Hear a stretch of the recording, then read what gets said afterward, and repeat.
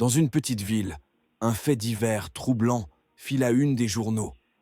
Un homme, connu pour sa gentillesse, avait été retrouvé dans un état étrange, murmurant des mots incompréhensibles. Ses voisins, inquiets, racontaient qu'il avait commencé à recevoir des lettres anonymes quelques semaines auparavant. Un soir, une jeune femme, Emma, décida d'enquêter. Elle fouilla dans les poubelles de l'homme et y découvrit des lettres jaunies.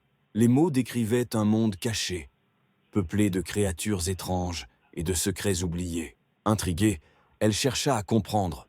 Le lendemain, elle se rendit chez lui. En ouvrant la porte, elle sentit un frisson. L'homme était là, mais son regard était vide. Emma lui montra les lettres. Et soudain, il se mit à trembler. « Ils viennent pour moi », murmura-t-il avant de s'effondrer. Emma, horrifiée, s'enfuit et se réfugia dans une librairie voisine. En feuilletant un vieux grimoire, elle tomba sur une page décrivant des rituels d'invocation. Elle comprit alors que les lettres étaient un appel à quelque chose d'autre, une entité qui s'était emparée de lui. Elle revint chez l'homme, prête à l'aider. Mais quand elle entra, elle ne trouva qu'un miroir brisé, reflétant un vide.